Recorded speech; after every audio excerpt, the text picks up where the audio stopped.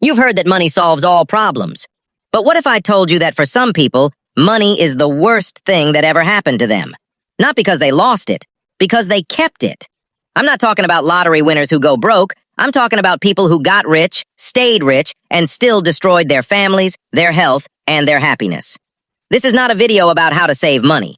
This is a video about how money slowly poisons you when you don't understand its curse. Stay with me for 10 minutes, and you'll see why the richest people are often the most miserable, and how to break that cycle before it breaks you. Let me tell you about a man named Richard. He started a tech company in the early 2000s, sold it for $40 million. He was 42 years old. He did everything right. Hired a financial advisor, diversified his portfolio, set up trusts for his 3 kids. But 5 years later, Richard was sitting in a therapist's office, crying. He told the therapist, "I have 28 million left. I can buy anything, but I haven't felt happiness in 3 years." Richard's problem wasn't that he lost money. His problem was that he lost meaning. When every problem can be solved with a credit card, you stop growing. When every desire is instantly fulfilled, you stop feeling joy. Money didn't make Richard free. Money made him a prisoner. His wife left him because he became distant. His kids stopped calling because he only knew how to give gifts, not love. Richard is not a bad person. He's a victim of the money curse. You see, human brains are not designed for abundance. For millions of years, we struggled to survive. Our dopamine system rewards us when we achieve something difficult, like hunting a deer or saving enough food for winter. But when money removes all difficulty, your brain stops producing dopamine. Suddenly, buying a Ferrari feels like buying a loaf of bread. No excitement, no satisfaction.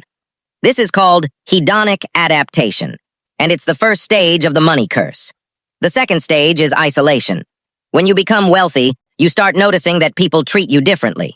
Old friends act strange. Family members ask for loans. You can't tell who likes you for you and who likes you for your wallet. So you pull away. You hire security. You move to a gated community. And slowly, you end up alone in a big house with nothing but your thoughts. I worked with a client named Sarah. She inherited $8 million from her grandmother. Within 2 years, she had cut off all her friends. She told me, "I can't trust anyone anymore." She spent her days shopping online and watching TV. She was 32 years old, living like a retired 80-year-old. The money didn't give her freedom.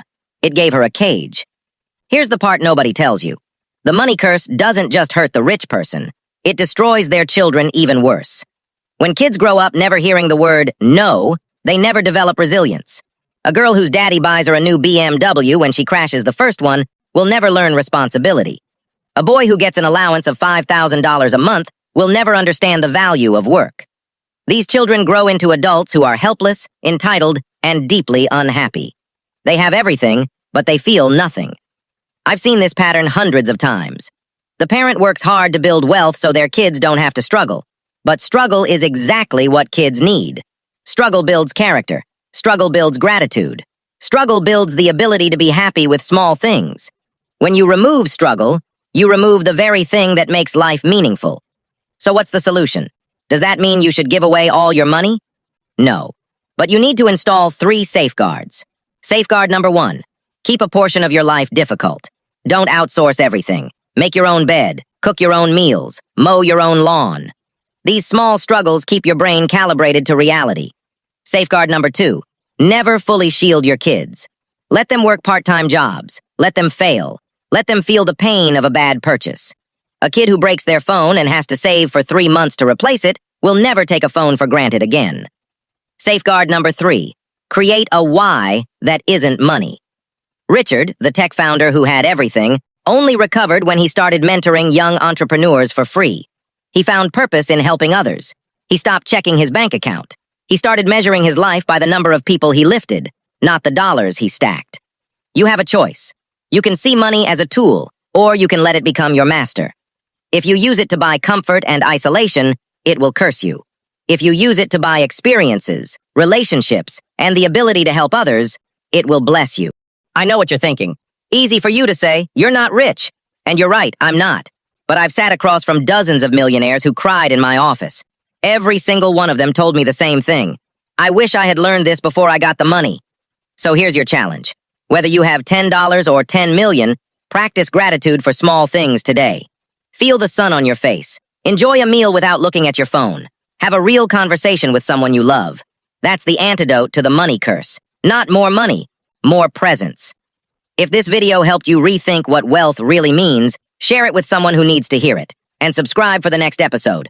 We're going to keep exposing the hidden truths about money that nobody else tells you. See you in the next one.